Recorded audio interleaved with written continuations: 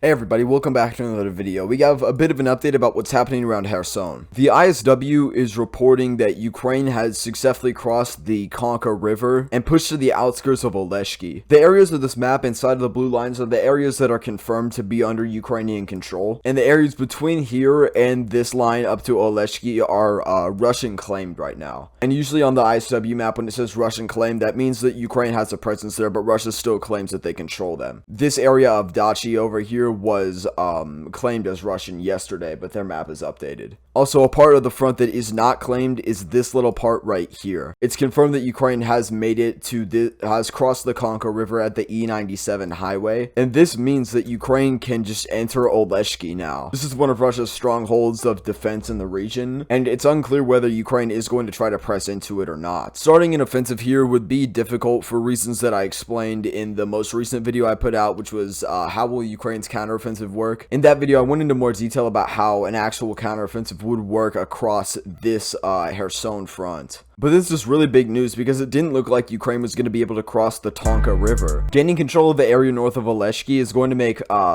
artillery missions and firing stuff way easier. And because this area is connected to the mainland and not separated by the Chika River, this means that Ukraine has officially landed on the left bank of the Dnipro. I think it would be a little bit odd to launch the counteroffensive in this area of Kherson, especially attacking into Oleshki. But I feel like if they've gone this far, Ukraine probably has a plan for what they're going to do. Overall, they've liberated the area inside of this blue arrow I just drew in the past 2 days, which is really big. Even if they haven't kicked Russia all the way off of this island yet, they've taken over the only habitated areas, which are the two dachis. I think there's a tiny, there's a little port over here, but that's it. There's a couple houses on the inland, but these aren't really good positions. If we look at the map of Russian fortifications, you can see that Oleshki is one of the cities that they largely overlooked, with them being way more concerned about Novokhovka having a whole circle around it. Oleshki is one of Russia's big stronghold cities along this area, but it doesn't have too many designated fortifications inside of it. If Ukraine is able to successfully push in and take Oleshki, that's going to give them a really big foothold to begin expanding outwards. And from there, that's all I can say. I'm not even going to say that taking Oleshki is Ukraine's plan, but we're just going to have to see what happens. Ukraine is going to get a lot of the Western equipment this week and next week. This is when they're going to get the bulk of it. So they could be preparing for something, or they could be trying to draw Russian units away from the Zaporizhzhia front so they can invade over there. I still think their main goal is an offensive in Zaporizhzhia, and Kherson is more of a little side piece, like how I got 8 side chicks on speed dial. That's what I got for you guys today. See you later. I know it's a bit of a short video, but I made another one. That one's got more meat to it, so yeah, go check it out.